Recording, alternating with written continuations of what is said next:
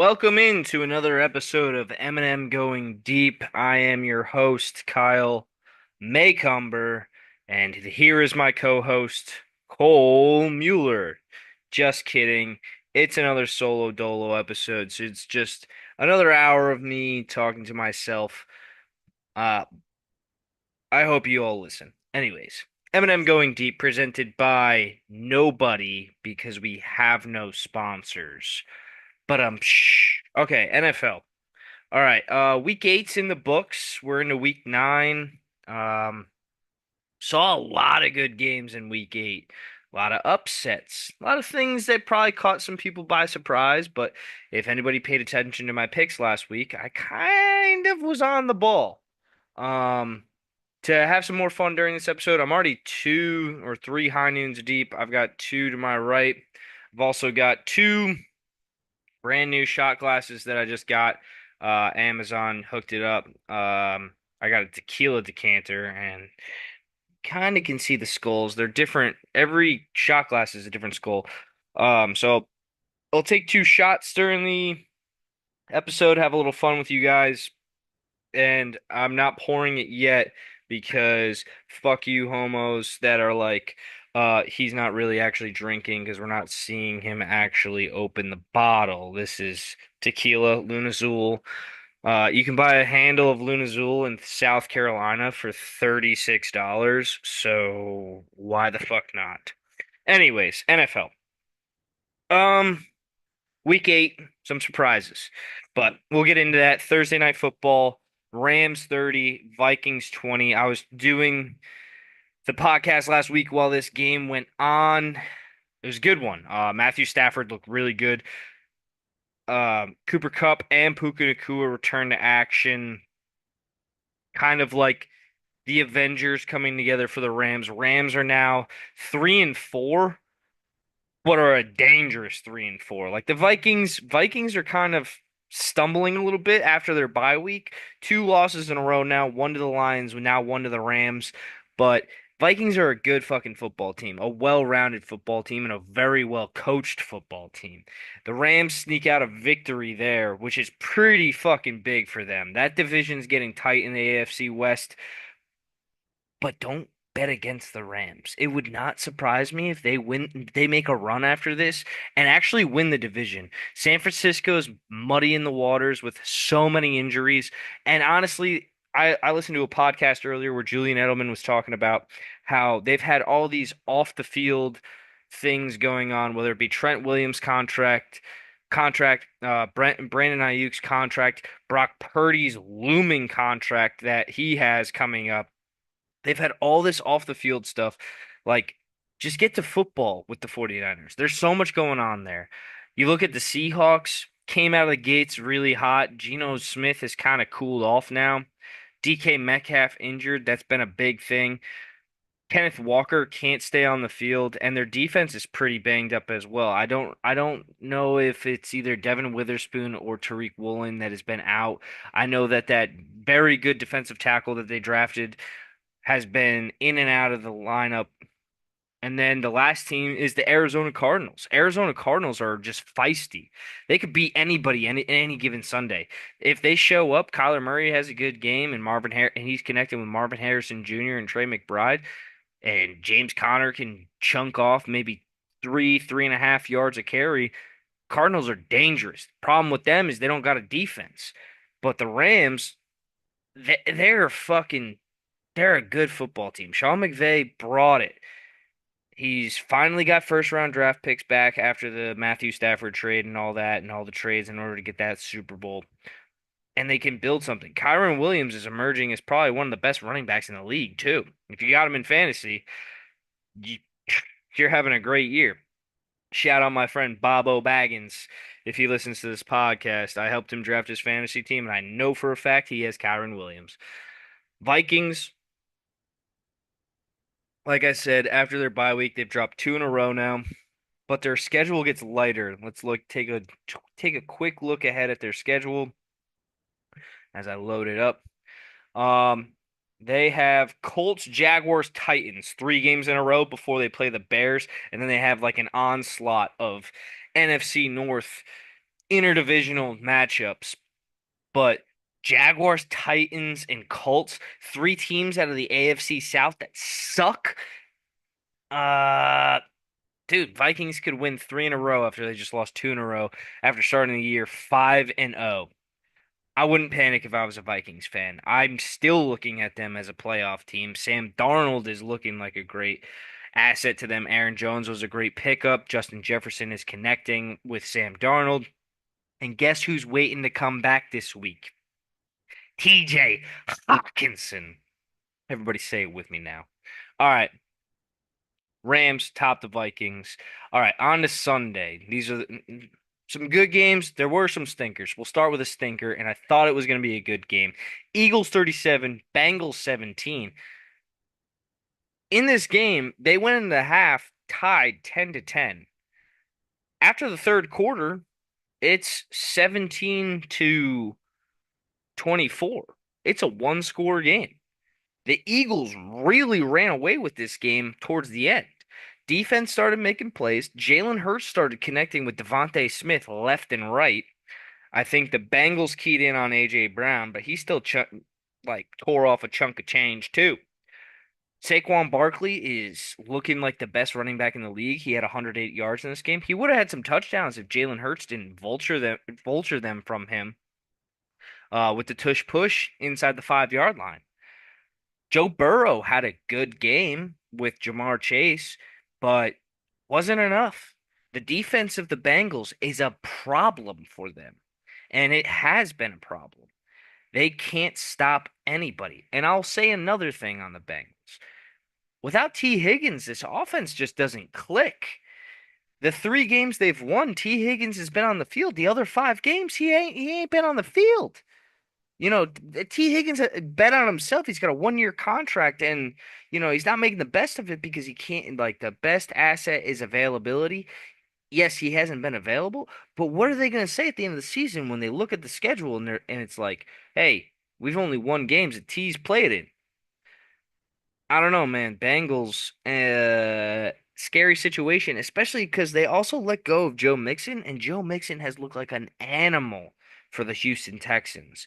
Chase Brown has been very formidable as a back, but Joe Mixon is a different element. He's probably top 10 back in the league. I don't think Chase Brown is that, but I don't know, man. Cincinnati Bengals. Questionable choices, and it's fucking disappointing because Joe Burrow is probably having an MVP type season. He just ain't winning games. Eagles go to 5-2. Hurts looking a lot better. Eagles are kind of on like a hot streak ever since Nick Sirianni shaved his head.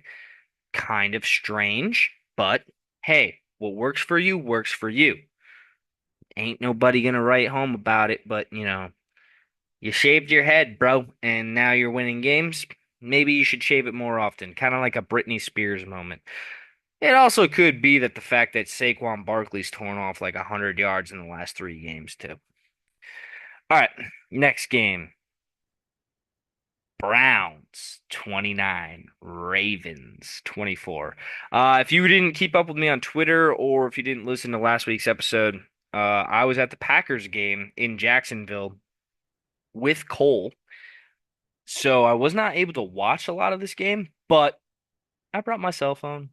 I have YouTube TV, and I watched a ton of it on my cell phone. Actually, I was live tweeting it too. Um, Jameis Winston comes into the game, and the offense opens up for the Browns. It's been everything I've been saying for the last 6 weeks. Ken Dorsey took over play calling, and the Browns went under center a lot more often. Jameis Winston pushed the ball down the field. They were able to connect on these little screens. Nick Chubb didn't have a big day, but he did run for, I think, 52 yards, which is the most that the Ravens defense has led up to a running back this season, which is pretty big. So the Browns weren't able to run to fully establish the run, but they were able to run effectively, is what I'll say, which opened up the pass games. Jameis Winston's connecting with Elijah Moore, making him look like what making him look like the guy that we traded for 2 years ago. And Cedric Tillman, we drafted in the third round out of Tennessee. He's looking like a wide receiver one now. David Njoku keeps doing what he's doing. And then, the Browns defense hasn't really been the issue. It's really just the fact that the offense couldn't stay on the field with Deshaun Watson at quarterback. They get tired in the end of the game and they just can't stop anything because they're out of breath. Ravens, they had every opportunity in this game to win. A lot of Ravens fans are saying, hey, Jameis Winston should have thrown 3 interceptions and this game should have been ours. Okay, I went back and watched the film. There were 3 interceptions that Lamar Jackson fucking threw that the Browns dropped two. I can play your game every fucking which way. Up, down, sideways, back and forth, whatever the fuck you want to say. I have the fucking clips. If you want the fucking clips, I'll tweet them at you, you motherfuckers. But I get it. Yeah, you guys missed opportunities. I went into this game a little bit more confident after I saw that the two starting cornerbacks for the Ravens were downgraded to out. I was a little bit more positive about this game, but the Ravens are still a formidable team. They scare me with Lamar and Derrick Henry, both very good at running the ball and getting the ball into open space and creating a big play. Derrick Henry still had 73 yards and a touchdown. Zay Flowers went for 7 receptions, 115 yards. The story of this game is just basically Jameis Winston tore you guys up, and you didn't make the plays that were available to you to turn the tides and make it into your game. There were opportunities that the Ravens could have had and to change the score, change the outcome, and they didn't make them. Kyle Hamilton drops an easy interception at the end of the game. The next play, Jameis Winston links up with Cedric Tillman to end the game, not really end the game, but score a touchdown to go up 29-24. This was a very good game. Very, very good game. And it shows me exactly what I saw last year, that Kevin Stefanski is actually a very good coach. And the Browns offense, when they have the proper person running the offense, is very dangerous. The offensive line has gotten a little bit healthier. I think DeJuan Jones should be the starting left tackle. Jedrick Wills, get the fuck out of town. I'll send you to fucking Guantanamo Bay on a ticket paid for by me. I don't fucking care. Fuck your lazy ass. Whatever. But the offensive line has gotten a little bit healthier. That's a good sign. But they're still letting up the same amount of pressure as they did with Deshaun. Jameis Winston just takes chances. Jameis Winston sees the field better than Deshaun Watson. Deshaun Watson had no confidence left in himself, and he did not know how to play football anymore. After all these allegations and everything, he is just not the same guy. Get the fuck rid of him. I just don't like seeing him out there. I don't like supporting him and anything he stands for. All right, next game. Titans at Lions. Lions 52. Titans 14. Craziest thing about this game is this game was 7-7 at one point. Mason Rudolph drove right down the field on the Lions defense and scored a touchdown to tie the game. After that, guardrails. Dunzo. Open them. Fucking send him down the field. Dude, Jared Goff threw for like 82 yards and 3 touchdowns. The Tennessee Titans just kept turning the ball over to the Lions inside their own zone. The Lions didn't have to go very much anywhere. Jahmyr Gibbs, though, ran for 127 yards, only on 11 carries. That's fucking wild. And the fucking craziest thing about this game, too, is Calvin Ridley had 10 receptions, 143 yards, and like 117 of them were in the first half. Actually, first quarter. This fucking game was insane. But Lions are showing that they are fucking something that somebody in the playoffs is going to have to deal with. Honestly, the thing that I just don't like about this year, and it's the same thing as last year with the AFC North, and it's happening with the NFC North, is that you have four very good teams inside that division, and they're gonna fucking knock each other out. And that's gonna be a problem. Somebody's gonna get lucky in the fucking NFC because Lions will probably drop a game to the Packers. They'll probably drop a game to the Bears for some fucking reason. But people got to capitalize on them when they play down. They're clicking on all cylinders right now, and it's a problem for the NFC. The Titans, not much to fucking write home about. I don't know what to say. I really don't know what to say about your team. I've been there before. It sucks. Next game, Cardinals 28, Dolphins 27. Kyler Murray rallies the troops. Dolphins were down. Cardinals were down. It was Tua's comeback game back in Miami. Like all the writing on the wall was saying, like, bet the house on Miami. Nah, son. Bet it on the Cardinals. Kyler Murray's the fucking truth, man. He figured something out with Trey McBride and Marvin Harrison Jr. in this game, and they teed off. Trey McBride went for 9 receptions, 124 yards. Best player on Miami, though, was Devin Achane. 10 carries, 97 yards. Only problem is they stopped giving him the fucking ball toward the end. Cardinals kind of stiffened their defense and made Tua have to make plays, and Tua fumbled a couple times.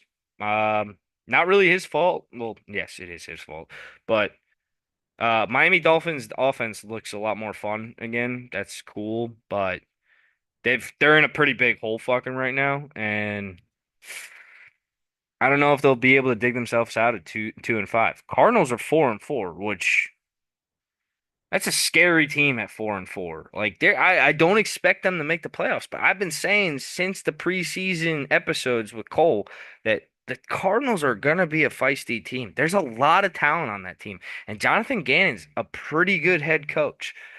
They're gonna win games, and they're gonna probably play upset like the upset team inside the NFC West. Like, what if the Niners are fighting for a playoff position? I'm pretty sure their last game of the season is against the Cardinals. What if they have to win that game in order to get into the playoffs? That's the Cardinals Super Bowl right there. It's probably written on the walls. Everybody mark this down. Week 9, episode of Week 9, MnM Going Deep. Kyle's talking to himself, and he thinks that the Cardinals might knock the Niners out of the playoffs. Interesting, interesting. All right, on to the next game. Ooh, a juicy one. I told you about this game last week too. New England Patriots 25, Jets 22. I told you all this was the Super Bowl for the New England Patriots. New England Patriots do not have a good roster. They almost are bare bones. They did draft a quarterback, but they don't really have the weapons on the outside and a bad offensive line. Decent defense. Jets are supposed to be a playoff contender slash a Super Bowl team with Aaron Rodgers, now with Devontae Adams, Garrett Wilson, Breece Hall, Braylon Allen. Only problem is a couple of things on the offensive line, but their defense last year was so good. That's all we remember. What happened to it? An issue, but with the Jets, their kicker can't make a fucking field goal from like 27 yards. They ended up cutting him. They went to Riley Patterson this week. This I am filming this on Friday, so Thursday Night Football is already taking place. I'll cover that game when I get to second down. But I know they did end up changing kickers, and that's a big deal. But if they had a good kicker, they probably would have won this game and maybe two others. I know for a fact they would have won the Bronco game, so that's one. I'm just saying maybe they could have won another one.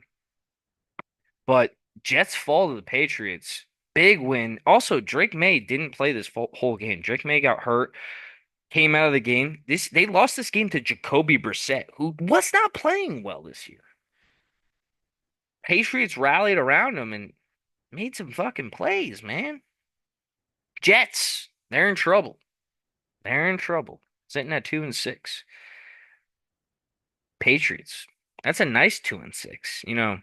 A lot of people thought that maybe you wouldn't win another game after you won that first game of the season against the Cincinnati Bengals. Big upset, but who knows? Maybe there's another one on the walls later on in the year. All right, next game. Falcons 31, Buccaneers 26. Baker Mayfield, first game without Mike Evans and Chris Godwin. It From the film clips that I saw in this game was all Falcons. All Falcons. It just ended up at the end of the game because the Bucks scored 9 unanswered that this game looked closer on paper, but it was all Falcons. Kirk Cousins did whatever he needed to do on offense in order to carve up the Buccaneers defense, which is a surprise because Buccaneers defense is pretty solid. Also, they have a defensive-minded head coach in Todd Bowles, which is a bigger issue in the grand scheme of things. I mentioned it last week. Might be time to write off the Bucks a little bit because of the injuries to Chris Godwin and Mike Evans. But Baker Mayfield made me eat my words again. 3 touchdowns, 330 yards. Yeah, a little bit of garbage time in there, but like he had them in the game. He gave them a chance to win it. Kirk Cousins, he's revitalized the careers of Kyle Pitts and Bijan Robinson. Bijan Robinson had a pretty decent game again. Kyle Pitts goes for 4 receptions, 91 yards, and 2 touchdowns. Like that Falcons team is good. And if Kirk doesn't throw interceptions, doesn't turn over the ball, keeps possession, as in goes for long drives, whether it not end in points, he crosses the 50-yard line and maybe they have to punt because Young Ho Koo can't make a field goal from 75 yards or whatever. I don't care. Um, can't make a field goal and they punt and pin them deep or kick a field goal type deal. Like go for long drives, outpossess the other team. Falcons, Falcons. That could be a team that gives the Detroit Lions a little bit of a fit. Why? They can run the ball and they can convert on third down, especially in third and like I think I saw like 4 or 5 different times that Kirk Cousins converted like a 3rd and 6 or higher in this game. Anyways, next game, Packers 30, Jaguars 27. I was at this game. Jaguars, you got a nice stadium. And I talked to a couple Jaguars fans while I was down there, and they said they're making a new stadium. I kind of liked it with the 2 pools, the little pavilion, kind of cool. I got a Jaguarita, fucking, whew, that thing was nice. Especially because it was 90 fucking 2 degrees and there's no shade in that stadium whatsoever. Only downside. Um, Packers in this game, Jordan Love comes out, is doing okay, kind of started slow, but ends up hurting his groin, and Malik Willis comes in and does backup duties. Josh Jacobs has a huge game for 127 yards and 2 touchdowns and kind of carries the team to a victory besides the fact that Tucker Kraft scored an early first half touchdown thrown by Jordan Love. The biggest play being the Malik Willis connection to Jaden Reed right after the Jaguars tied at 27-27. Jaden Reed, I think it was like a 60-yard reception. He was running down the sideline. Next thing you know, the Packers are easily in Jaguars territory. Set it up for a field goal. They got a guy. His name is definitely. I think it's Robinson, but he's a rookie. Never scored a touchdown ever in his yet in his NFL career. I'm about to sneeze. I muted my mic. Anyways, um, he never scored a touchdown in his career. He gets a hole up the middle. And instead of scoring a touchdown that would give the Jaguars the ball back and a chance to maybe tie it, if they get down the field fast, he instead slides down at the 1 yard line, and the Packers kick a very easy field goal. My alarm's about to go off. Hang on 1 second. My alarm's about to go off. I'm making pineapple stuffing. I just gotta check on it real quick. Yeah, what's pineapple stuffing? It's just this delicious dish that I know how to make. I made also chicken parm, like not sliders, but like chicken parm nuggets on a crostini. I'm going to a tailgate tomorrow for the University of South Carolina game, and I'm fucking good at cooking, dude. So give me 2 seconds. I'm gonna fucking go check on that shit. I'll come back. All right, I'm back. It's got like 10 more minutes. So at 1:25, yes, I'm recording this really late. Um, Gotta remind myself to take that out. Anyways, in this game, though, Trevor Lawrence had a very good game. Jaguars offense kind of started clicking a bit. Tank Bigsby had a decent day at the office, not his biggest. Evan Ingram's back. He's causing some problems. Christian Kirk, I think he got hurt in this game. And Brian Thomas, all of a sudden, in the middle of this game, didn't return to the field. I think that kind of affected Trevor Lawrence, but he was able to hook up with Evan Ingram a whole lot and Brennan Strange. I think he's finding a lot of comfortability with those two targets, but all in the end is the Packers won this game on a game-winning field goal, and the afterthought is how long will Jordan Love be hurt for? And then on the Jaguar side, you're 2-6. Don't think you're going anywhere this year. Next game, Colts at Texans. Colts 20, Texans 23. Colts lose another one-score game, and they have Joe Flacco on the fucking bench, dude. If Joe Flacco was in these fucking games, they probably win. Anthony Richardson is not good. I think he threw for like 10 of 30 in this game. I don't know. I don't have the stats pulled up. I can see CJ Stroud's stat line, but I don't know, man. The Colts, they're a frustrating team, just like the fucking Browns. But week 9, it's already been announced. Joe Flacco's gonna start. Anyways, how much are you gonna shoot yourself in the foot if you're a Colts fan if they end up coming down to the wire and they could have made the playoffs if they won this game or another one of those one-score games that Anthony Richardson just blew for you guys. I don't know. CJ Stroud has not looked great, by the way, in the last couple weeks. He didn't really look great again in this game. Joe Mixon had a decent game. The Texans are really becoming a running football team, but the Texans' offensive line for pass protection is so bad that it's really causing issues for CJ Stroud. Also, the other problem for the Texans is everyone is getting hurt. Nico Collins is still not back, and in this game, Stephon Diggs tore his ACL. They're now down to like Tank Dell and Robert Woods. Also, if you don't remember, Brevin Jordan got hurt very early on too. Texans are dealing with a lot of injuries right now. Colts just need to start Joe Flacco. Next game, Chargers 26, Saints 8. Saints pulled Spencer Rattler in the middle of this game for, I think his name is John Heinen. No idea. Saints are just a shit show. Chargers are a punch you in the mouth, play good defense, and we're going to run the ball down your throat team. Lately, the Chargers have, since their bye week, have upped the amount of pass attempts that Justin Herbert has had.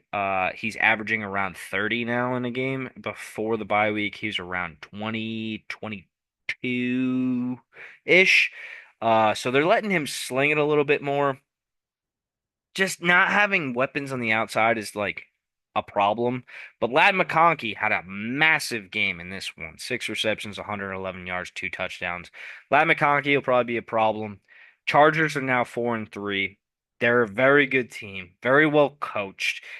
I could see them making the playoffs, but I don't see them winning a playoff game because there just is not enough talent on that offense. Defense is very good and it's very well coached and it's well disciplined now. That's a big difference from years in the past. All right, next game. Bills at Seahawks. Bills absolutely fucking shellacked this Seahawks 31-10. Josh Allen could do no wrong, literally fumbled on one play and then just tripped, kicked the ball, and it landed in, I think, Mac Hollins' hands, like 10 yards down the field. Literally could do no wrong. Um, the game was like 14-3 in the first half. After that, all Bills. All Bills. I mean, 14-3 is still getting your ass kicked. This is what I was talking about, where like Geno Smith has cooled off. He played a good team. Also, James Cook is now healthy again. 17 carries, 111 yards, 2 touchdowns. Khalil Shakir is also now healthy now for the Bills. 9 receptions for 107 yards. Bills offense starting to put some things together. Keon Coleman, the rookie out of Florida State, is starting to figure out the NFL. Oh, Bills offense could be an issue, especially with Joe Brady calling plays. Defense, obviously, they got younger.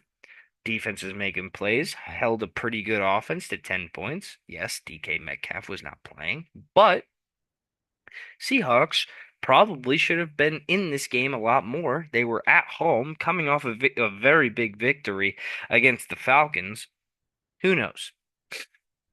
Seahawks got to get healthy. Bills keep rolling, baby. Next game, Broncos 28, Panthers 14. Panthers, just a bad football team. Just a bad football team. They don't have the weapons that Bryce Young had in Alabama. I think I still to this day think Bryce Young could be a good quarterback if he has a decent team around him. There just isn't enough around him in Carolina right now. Broncos, scary 5-3 football team.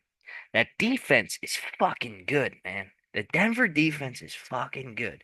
And Bo Nix is starting to figure it out. Problems are gonna come out of that. The um the minute Bo Nix has it all click and if the Denver defense doesn't lose a step, that's going to be a very good team. I said it last week. I think the Denver Broncos are going to be the toughest test for the Chiefs. It would not surprise me if the Denver Broncos beat the Chiefs twice this year. Why? I just feel like the Chiefs are not like a sleeping giant, but they're asleep at the wheel right now. They're a fucking drunk driver after their Super Bowl, and they're just easily beating these teams and can just do it. If they get punched in the mouth by a fucking Denver Broncos team that is now running the ball well, a very good defense, rookie quarterback that can sling it with some decent weapons on the outside. Uh-oh. Uh-oh. But we'll get into the Chiefs in the next game. Chiefs 27, Raiders 20.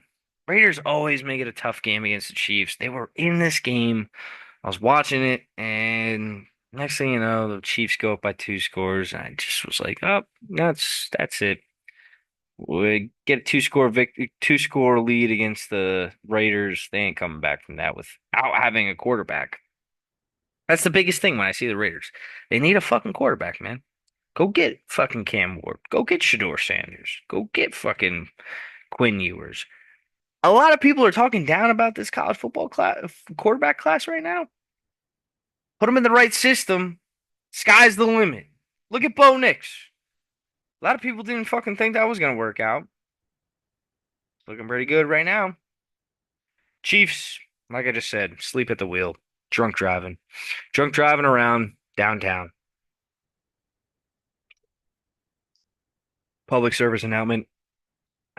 I do not condone drunk driving. All right, next game. Bears Commanders. Very ugly game. Very ugly game. Commanders could drive right down the field. Bears defense would tighten up and then force a field goal. Commanders offense in the red zone could not score a touchdown. Bears looked bad, and then all of a sudden, DeAndre Swift in the second half had like a 54-yard touchdown, gave him life. Fourth quarter came around, very tight game. Caleb Williams just needed a drive, had a drive, drove it all right down the field. And then they decided to hand it off to their right guard on the 1 yard line in I formation, and he fumbled the ball. Then the Commanders got the ball back, punt after three and out. Bears get the ball back again, drive right down the field, hand it to Roshan Johnson now on the 1 yard line, score a touchdown, go up with 24 seconds left on the clock. Next thing you know, Jaden Daniels in the pocket, dancing around, throws a Hail Mary. Tyreek Stevenson, not paying attention in the beginning of the play, starts paying attention, joins the play later on, tips it. Noah Brown in the end zone. Commanders win on a Hail Mary. Wild game. fucking wild to watch. If you're a Bears fan, Commanders fan, Bears fans are jumping off buildings right now because they're like, fuck the Bears. Commanders fans think that they're on Mount Everest. Commanders fans, go look at the fucking teams you've beaten. It's like the Browns with Deshaun Watson, the Giants, the Bears. I'll give you that one. I think the Panthers. Uh, somebody else bad. Maybe the Raiders. I don't remember. It's someone bad. Maybe the Colts, Texans. I could just look it up. I'm so stupid. I have that pineapple stuffing in the stove, and that's kind of what's beat the Giants, Bengals, Cardinals, Browns, Panthers, and Bears. Not really the best teams. And it gets a little tougher in the next couple weeks. Steelers, Eagles, Cowboys, all right in a row. Later in the season, Eagles, Falcons, Cowboys. Those are six pretty tough games. But luckily for you guys, you also have the Titans on the Titans, Saints, and Giants all still left on the schedule. All right, Sunday Night Football, 49ers 30, Cowboys 24.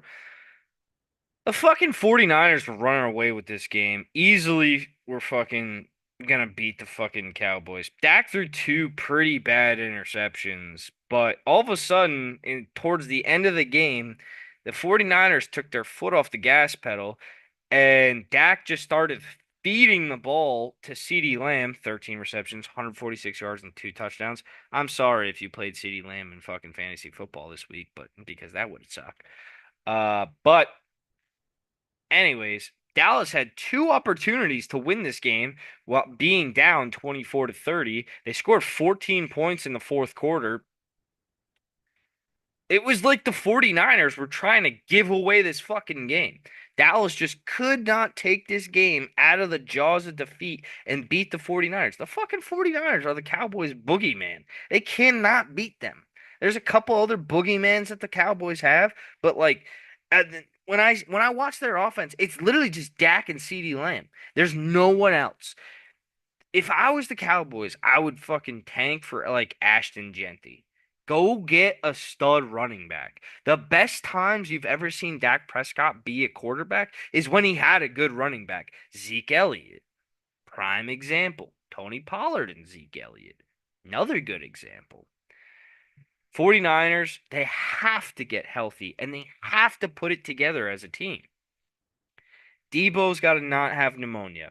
I don't know how you do that. A couple antibiotics. There's usually like a breathalyzer machine sometimes that you can help out. Greg Kittle had a really big game on National Tight End Day today on this past Sunday.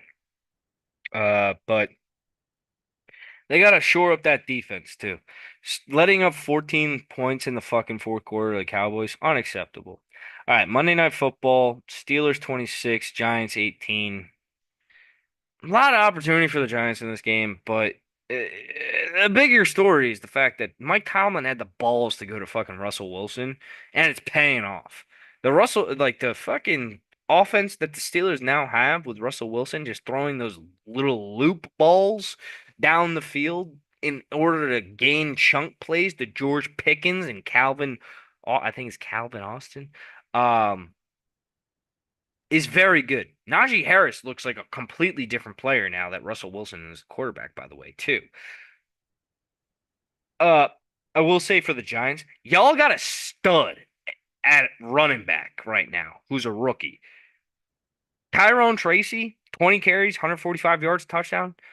The Steelers defense is not something to be fucking played with. And Tyrone Tracy was keeping you in this ball game. He was balling out, man. Um, I'm gonna say it. The Giants just need a quarterback, man. Give him like a not a Bryce Young, but like, something along those lines. Be frisky. A little bit frisky. All right, coming up, second down. If there's ever an outtakes of Eminem going deep, there's a clip that will probably only exist on my laptop of me burning my hand in the background of that video. Um, I was pulling the pineapple stuffing out and it kind of leaked over the pan I had it in and it kind of went in onto the ground and then I like was trying to clean the bottom of the oven and I touched the fucking coil of the oven with my hand. Oh, I can feel it. It hurts so bad. Anyways, week 9. Ah, all right, tequila shot. Oh, fuck. That hurts. All right, brand new bottle, just cracked it. Everybody look. Boom. All right, week 9. Week 9 started with a little bit of a bang with Texans Jets. Thursday night football, fun. CJ Stroud, Aaron Rodgers. Um, L'chaim to all you out there. Love me the football season. I've actually been drinking a lot less. You could probably see in my face that I've have been losing some weight. Yay. All right, tequila shot. Oh, it's so warm. Ah, oh, so warm. So hot. I also don't have air conditioning in my apartment right now. I live in South Carolina, and I have a portable AC to my right. I just don't have it on right now, so you guys could hear me talk. Anyways, Thursday night football, Jets 21, Texans 13. It was a ugly game. Uh, whatever the dude's name for the Jets, letting go of the ball at the 1 yard line is one of the biggest fucking mistakes anybody could ever make. I don't know how teams are still making that mistake. Unreal. And it let the Texans go up 7-0 on the Jets when it easily should have been like 10-0 Jets. Going into the half, I did not think that the Jets would be able to recover from that. They came out, Aaron Rodgers started slinging it. And the play that changed the whole game is that third and long or fourth and long. I think it was third and long.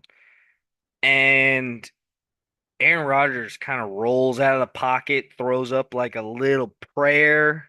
Garrett Wilson in the corner of the end zone, 1-on-1 with Derek Stingley. One hand grab, gets his shin down, touchdown Jets. Unreal catch. Fucking unbelievable that he caught it and was able to get.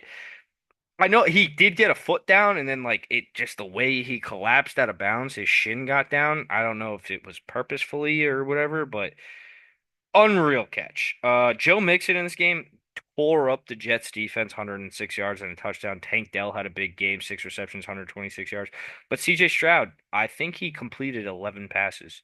I think that was his total was 11 passes. And the Texans offense looks bad right now and out of sorts. I don't know if it's because Nico Collins is out or if the offensive line is really letting up that much pressure. Because CJ Stroud had to run for a good portion of this game, and it didn't look good. If the Texans are going to try and beat a Chiefs or a Ravens in the playoffs, their offensive line has to play top-notch football, and they're not doing it right now. They're not protecting their quarterback. And it shows in the stat line because he's not completing passes because he's on the run most of the time. Jets needed this victory, man. Losing 5 in a row. I know a lot of the quotes out of New York were we're in darkness right now. And Aaron Rodgers said, I've been in the darkness. You need to emerge from it or become comfortable with it, whatever the fuck he said. But they did that. Now they're 3-6. They still have a tough road ahead of them. Like it's gonna take 3 more wins for them to get to 500. Wild. All right, to Sunday we go. Cowboys at the Falcons. Falcons, 3.5 point favorites. I like that. I like that line for the Falcons. Kirk has been playing well. Cowboys have been down. I could see Bijan Robinson having a pretty big game against them. Their defense hasn't looked great, as in the Cowboys, and the Falcons are starting to put something together. Maybe this is like a trap game, make you want to take Atlanta. Cowboys backdoor cover at the end. Interesting. Dolphins at Bills. Bills own the fucking Dolphins, man. I think the Dolphins have won twice in like the last 11 years against the Bills. Two is obviously back. Big thing for the Dolphins. But in the grand scheme of things, how much does that matter? You're 2-5 right now. The Bills are 6-2. I was talking to somebody earlier this week. The Bills could lock up a playoff position before Thanksgiving if things pan out in their fucking favor. That's fucking insane. Bills are 6-point favorite. I like the Bills, man, especially because they're in Buffalo. All right, next one. Raiders, Bengals. Bengals are a 7-point favorite against the Raiders. Makes sense. I would say makes sense because Raiders don't really have a quarterback right now. AOC is not the guy. Gardner Minshew is not the guy. Traded away Devontae Adams. Bengals need a win. If they win, they go to 4-5. I'm pretty sure T. Higgins will not play in this game as of right now. He's got a doubtful tag on him. That makes me scared for the Bengals because with T. Higgins in the lineup, they've crushed teams. They've been great. The only game they didn't win with T. Higgins in the lineup is the Ravens game, which they should have won if fucking long snapper doesn't snap the ball too early on the fucking um, holder, and then he doesn't get the ball down in the right time, and Evan McPherson shanks a kick. That's the difference between winning and losing in the fucking NFL. That is the difference between winning and losing. Game of Inches. Go watch. What the fuck is the name of that movie? Any Given Sunday. Game of Inches. Anyways, next game, Chargers at Browns. Browns coming off a victory. Chargers coming off a victory. Listen, man, in my history as a Browns fan, the Browns have not fared well against the Chargers. Besides a blocked field goal in 16 on Christmas Day in order to get our one victory of the year. We have not fared well against the Chargers, especially in the last couple of years. Chargers for some reason when they play the Browns can run the football down our throat when we will have like the best run defense in the league, and then all of a sudden the Chargers can do that. It makes me even more scared that Jim Harbaugh is the head coach of the Chargers now because I just feel like Jim Harbaugh hates the Browns and he's going to demolish them, kind of like a Michigan Ohio State factor. Um, the only thing that makes me a little bit more comfortable with the Browns in this game is Jameis Winston. Anything can happen with him at quarterback. He could throw three touchdowns or three interceptions. We saw three touchdowns last week. Wouldn't surprise me. He throws three interceptions this week. Chargers are a 1.5 point road favorite. All right, next game, Patriots at Titans. Oof, the Puke Bowl. 1-6 against 2-6. Somehow the Tennessee Titans are 3.5 point favorites over the Patriots. I don't know if Drake May is going to be back in this game, but I hate Mason Rudolph, dude. I think I'm gonna have to take the Patriots just because I hate Mason Rudolph so much. You guys can't tell I'm pretty drunk. Anyways, 3.5 points, man. That's wild. All right, next game one. Commanders at Giants. Interesting matchup. Commanders are 4 point road favorites going into the Meadowlands. Jaden Daniels, even though he has that rib injury, is I'm pretty sure is going to play. Brian Robinson has had a great year. Terry McLaurin has had a great year. Something is telling me that the Giants are gonna win this game. I don't know what it is. Yet I'm pretty sure Daniel Jones is gonna be the quarterback. This is just a trap game, right? This is a classic trap game. $39 for you to get in the stadium. Pretty wild, right? My dad used to have season tickets to the Giants, and somehow I'm a Browns fan. Um, I'd still go to games though. Next game, Saints at Panthers, another puke bowl. Pretty sure Derek Carr is gonna play for the Saints, which would make the Saints a bit better on offense. Saints are 7.5 point road favorites, and they're 2-6 going against the 1-7 Panthers. Isn't that fucking insane? Saints haven't looked good the last fucking 6 weeks. Saints were 2-0. Saints were 2-0. They've lost six in a row, and they've lost six in a row badly. Panthers,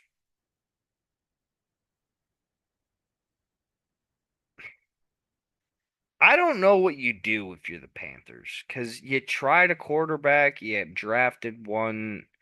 You're probably going to be the first overall pick in this draft. Do you draft Shadur? Will Dion let Shadur go to Carolina? Maybe Dion goes with Shadur to Carolina. I would go see a game. I live in South Carolina. North Carolina ain't that far away. If he's in town, that's not bad. Also, Xavier Legette, probably one of the funniest people I've ever met. Go listen to a video where he says the word allergic. I think he's like allergic. Country accent, so funny. Good game. Next, Broncos at Ravens, both 5-3. Baltimore are 9.5 point favorites. They are coming off a loss. So I'll say that. Broncos have kind of been on fire lately. Could be a trap game for them. But the Broncos defense is so good, dude. I think I would take the 9.5. Pick six is coming up. I gotta think about this stuff, guys. I gotta think about this stuff. I'm having a great season. Lamar's having an MVP type year too. 2,099 yards passing already, 17 touchdowns, only two interceptions. That doesn't include all of his rushing touchdowns too. Wild. All right, next game. Jaguars at Eagles. Doug Peterson's revenge. Doug Peterson takes the Jaguars and Trevor Lawrence into Philadelphia. Philadelphia are 7.5 point favorites. That's wild to me. I just think that some of these spreads this week are too big. I just feel like that should be a 4.5 point spread. I think the game before this should be a 5.5 point spread. It should be less than a touchdown. But I'm not Vegas. I'm not the dude that does that. All right, next game, Bears at Cardinals. Interesting matchup. And this game could have a lot of playoff implications. Cardinals are 2 point favorites at home. Caleb Williams has to do something. He has to be the guy that the Bears drafted. He has to be the guy that they spent a number one overall pick on. I could see Kyler Murray upsetting them though. I could see it happening. That Cardinals team is feisty, dude. Especially if James Conner gets going at running back. He starts chunking off 3.1 yards, 3.2 yards. Bears defense gets fucking rattled. We saw it last week. Cardinals don't need to fucking score touchdowns. They can score field goals, win this game. I know, Hail Mary touchdown, but all right, next game, Lions at Packers. The line is Detroit -3. That would indicate Jordan Love is going to play. I have yet to hear that he's good to go. He's got a thumbs up or anything. Jared Goff is playing like an MVP right now. Yeah, I think the MVP race comes down between Lamar and Jared Goff unless someone fucking starts blowing fucking stats out their ass.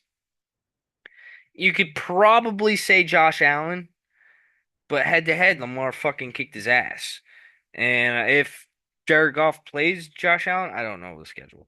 If they play each other and Jared Goff wins, it's gonna come down between Jared Goff and Lamar, which isn't that terrible, but Jared Goff being an MVP fucking candidate and the whole Rams situation, is that a win-win for everybody or did the Lions make out like bandits in that trade? Just questions I ask myself on the daily basis. Packers 6-2, Lions 6-1. Packers are home. Josh Jacobs has to have a big game in this one. Packers beat the shit out of the Lions on Thanksgiving last year. And if last year is indicative at all in this year, if anybody remembers, the Cowboys sneaked out a victory against the Lions last year, which resulted in them not being the number one seed in the playoffs, which was actually a big thing now after what we saw with the collapse of them in San Francisco.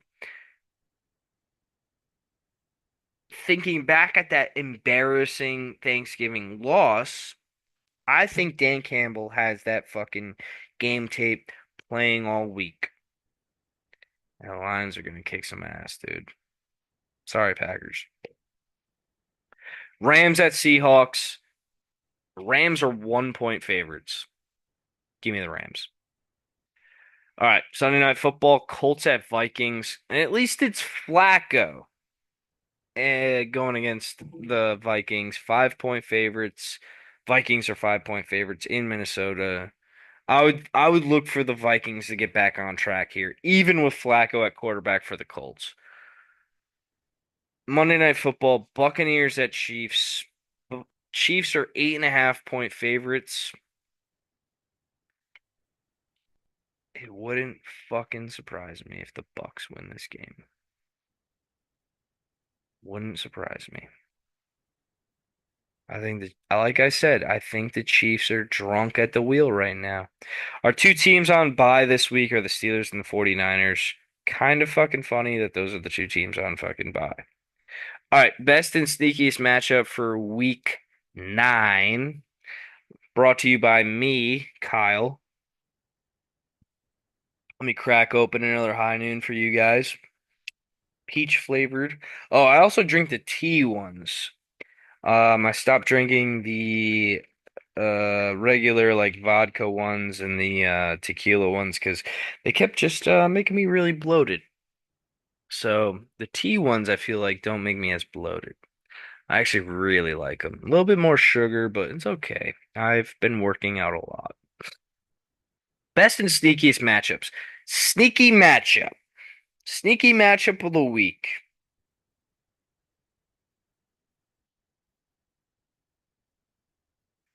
It's sneaky matchup of the week, I think, has to be the Cowboys Falcons game. Cowboys Falcons, that is a lot of playoff implications. Cowboys got to get right. Falcons are making a statement that they're probably one of the more formidable teams in the NFC if they beat the Cowboys. If the Falcons advance to 6-3 and the Buccaneers fall to the Chiefs on Monday Night Football and they go to 4-5, the Falcons are in the driver's seat of the NFC South. They can almost lock up a playoff position by Thanksgiving if the Bucks drop another game. Cowboys, they just need to get back into the playoff hunt.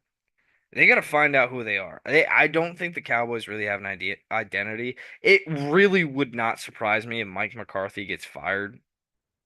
Like I love Cole. I respect his opinions. But if the fucking goddamn Cowboys lose this game, they're 3-5 with how many expectations they had, and then giving Dak this contract, it would not surprise me that they fucking fire this guy. They they had a very embarrassing loss last year in the playoffs to the Packers at home. Best matchup of the week. It's very hard not to take that game. Mm. Best matchup of the week. I'm looking at four games right now, but I think we're gonna go Jags Eagles. The Jags are 2-6, and the Eagles are 5-2. Jags on paper are bad, but I'm playing a lot better football lately since the London trip. Eagles, they're also one of those teams that has beat up on some bad football teams. I don't know what to expect out of the Eagles, but I think the Jags are playing better football than a lot of people think right now. 7.5 points is a lot to me. I could be wrong. I could be wrong, but we'll see. All right, we'll go into fourth down. Um, Favorite and our lock and upset of the week. Cole. Sorry, I'm drinking, guys. Cole has picked the Vikings as his lock of the week. Lock of the week against the Colts. Cole is 3-5 on lock of the week, and then also his upset. He's picking the Panthers. 2-6 on upsets. Cole is. Um, Last week he had the Lions and the Jags. Lions hit, Jags did not. All right, for me, my lock of the week. Hmm, my lock of the week.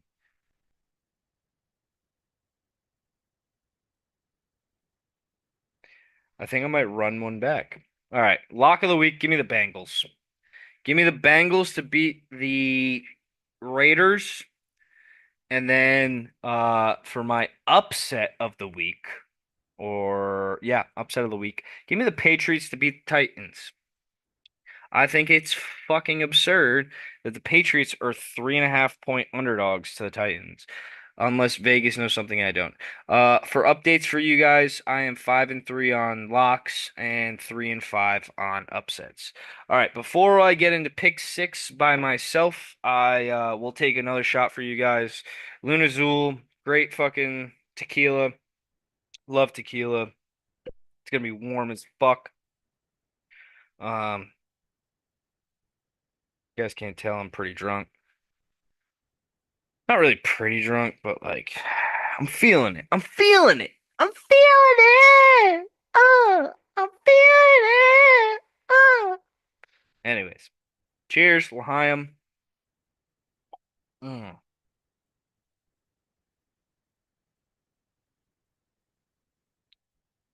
It's not really the shot that's hurting me. It's how fucking hot it is. All right, let's head into pick six. Reviewing pick six after tallying last week, Cole is 24, 23, and 1 on the season, barely over 500. Me, I am 32 and 16. I am I'm seeing the board, man. I really want to keep this fucking pace for you guys because I will tell you something. Let me tell you something. So last week, Cole and I took a trip down to Florida. Um, I live in South Carolina. Cole lives in North Carolina. In North Carolina, you're allowed to gamble. In South Carolina, you are not. So I've not been able to place picks during this season. except for when I lived in Virginia for a very small portion. Last week when I went down to South Carolina or Florida for the Jacksonville Jaguars game, I parlayed my Cardinals pick against the Dolphins with my Broncos pick, my Falcons pick, and my Patriots pick, all against the spread. $10 won 168. My other bet, I took the Browns money line and the Patriots money line. $133. $10 to win 133. Motherfucker, I came out of fucking Jacksonville, Florida with 300 extra buckaroos in my pocket. Mmm. I got a pocket full of sunshine. I got a pocket full of sunshine. I got a drunk. No one's no one. Oh, whoa. Yeah, you can tell I'm getting pretty drunk. All right, pick six. I want to keep pace, guys. I really want to keep pace. 32 and 16. If I can double the amount of wins I have over the amount of losses I have, that is fucking epic, dude. All right. Cole's first pick in pick six is Lions minus 2.5. I'm gonna stay away from that. My first pick, I'm taking the Patriots minus 3.5. Patriots, it's actually not minus 3.5. I'm retarded. Plus 3.5. The Patriots are not favorited. Cole's second pick is the Browns plus 1.5. I really want to take the Chargers minus 1.5, but I've been very good this year of staying away from the Browns. I will take instead. I will take the Broncos plus 9.5.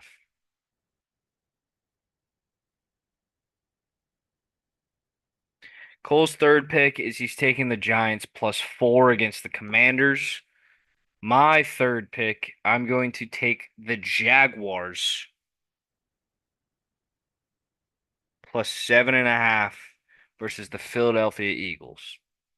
Cole's fourth pick is he's taking the Bucks plus 8.5 on Monday Night Football against the Chiefs. I think that's a good pick. I'm gonna take the Rams though with my fourth pick at minus 1. I'm pretty sure I took the Rams both times against the Seahawks last year, and it bit me in the ass twice. Cole's fifth pick, he took the Vikings minus 5. Vikings minus 5 against the Colts on Sunday Night Football. All right, these last two picks are gonna be tough for me. I don't really like the other games. I'm trying to stay away from the Browns. It's gonna come down to me. For me, it's gonna come down to, all right, so I got the Panthers, Broncos, Jags, Rams. I like if T. Higgins is playing, I would like that 7 line again for the Bengals.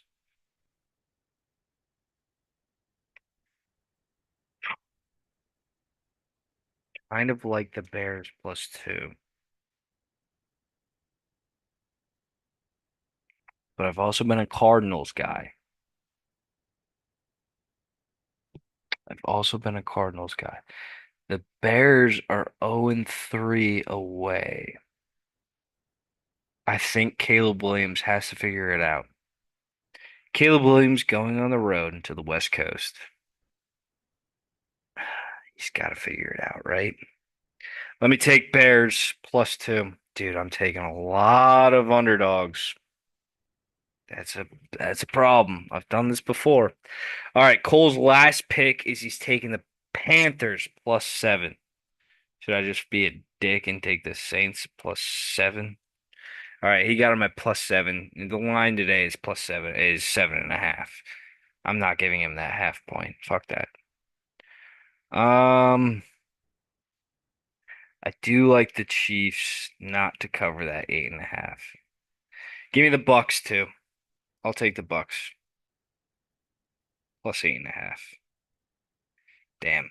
Oh, that's a lot of underdogs for me. I took a lot of underdogs that to cover the points. And one favorite. That's that's a rough one.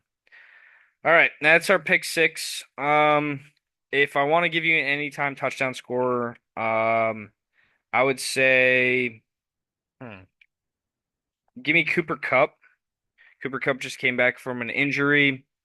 Um, Matthew Stafford loves to give him the ball. Um, who else? Who else? Give me a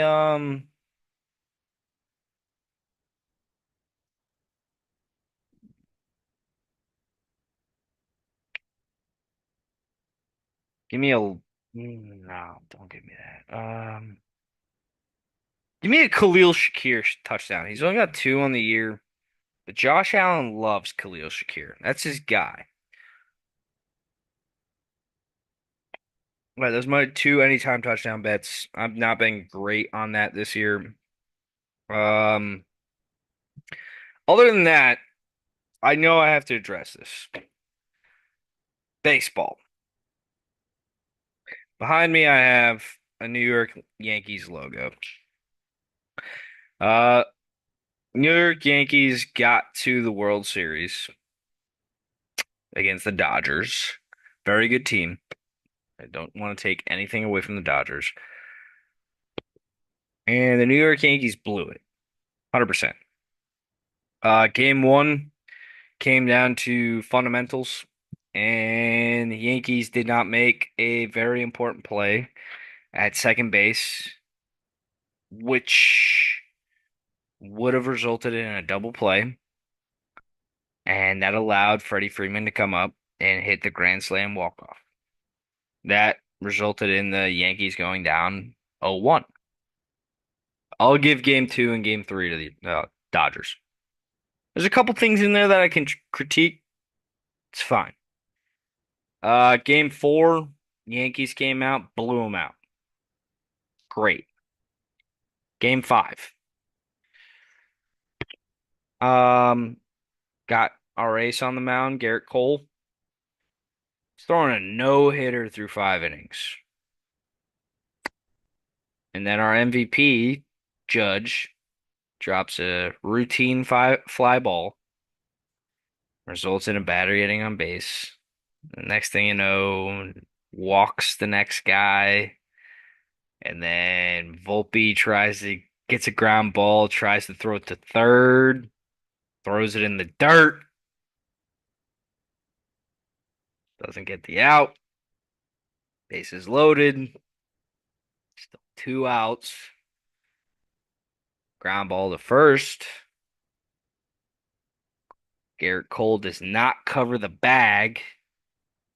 Anthony Rizzo does not hustle to the bag to get Mookie Betts out. Run scores.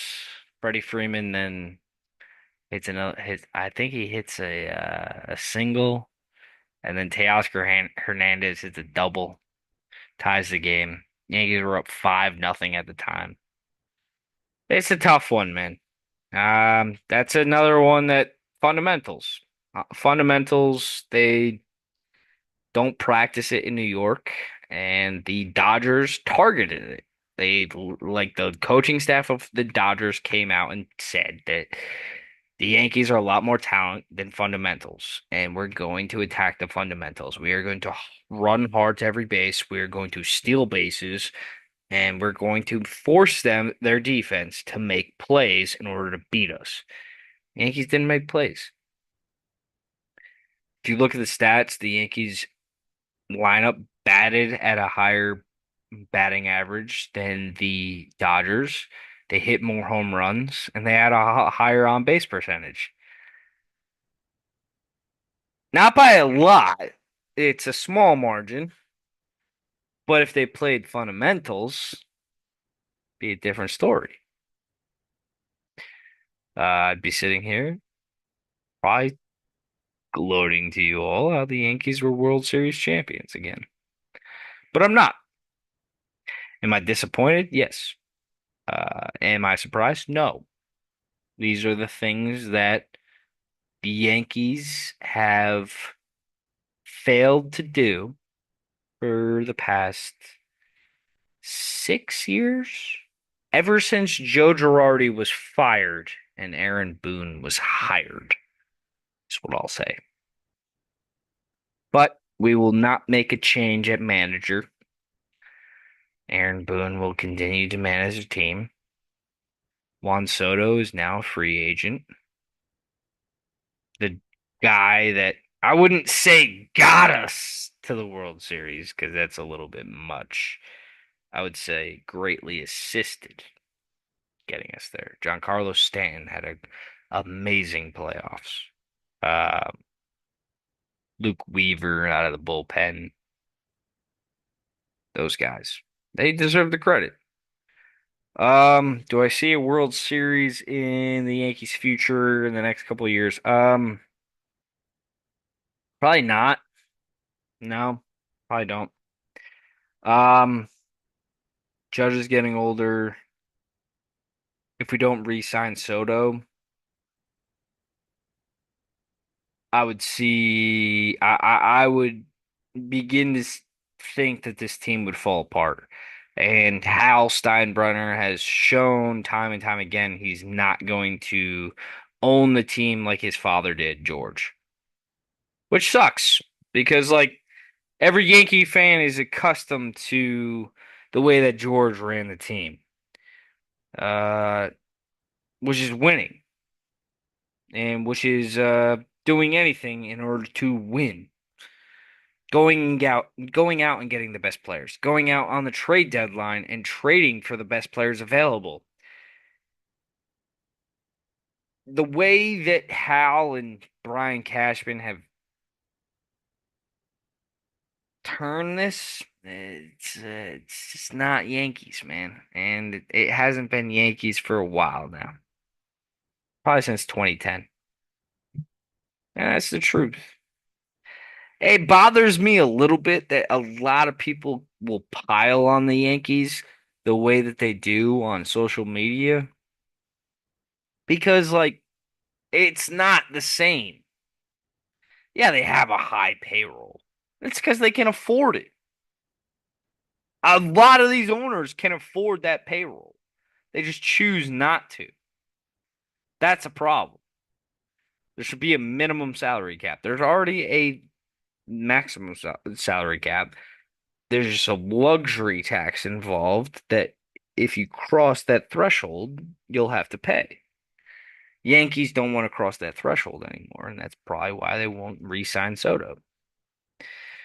Which I love watching Juan Soto play baseball. I'm a baseball player. He is a pure baseball player. He just loves the play. I love the way he attacks at the plate. And then no matter what count you have him in, it seems like he is in control. And whatever team gets him, they're already in a World Series like type zone. I could see him going to like the Cubs. Give him a couple bucks. Maybe the Dodgers too. College football. College football. We had a good week last week. Um, Texas A&M played LSU. Connor Wegman gets hurt. Marcel Reed comes in. Uh, dices up LSU's defense. Garrett Nussmeier. A lot of Browns fans wanted Garrett. Fucking idiots. Also, a lot of Browns fans want to trade for Anthony Richardson. What are you morons fucking thinking, dude? Oh, god damn it. Ugh, I want to fucking shoot you. I want to fucking shoot you all. I'm drunk. All right. Um,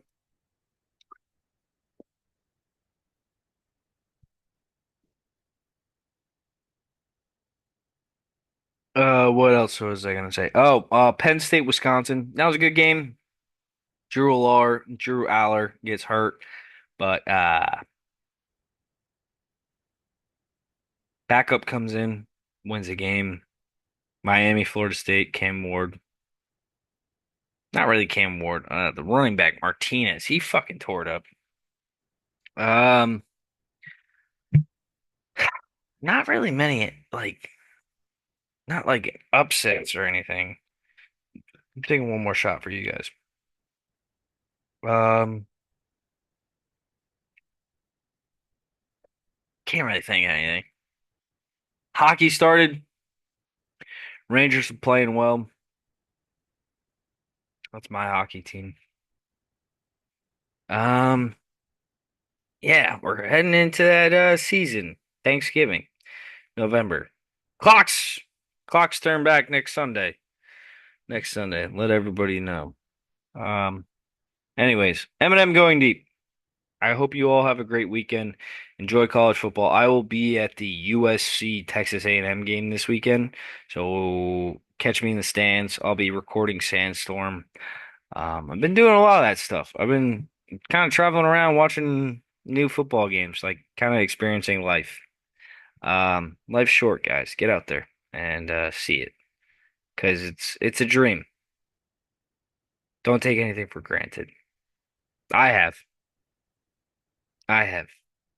Shout out First Sergeant O'Donnell. I took for granted the time we spent together. I know I cherished it at the time, and you were like my best friend, but I miss you every day, man. Shout out First Sergeant O'Donnell. I know you listen to every episode, and I'm saying at the end, so you're my guy. I hope you're having a great time. I hope our paths cross again. Um, have a good one, guys. Go Brownies.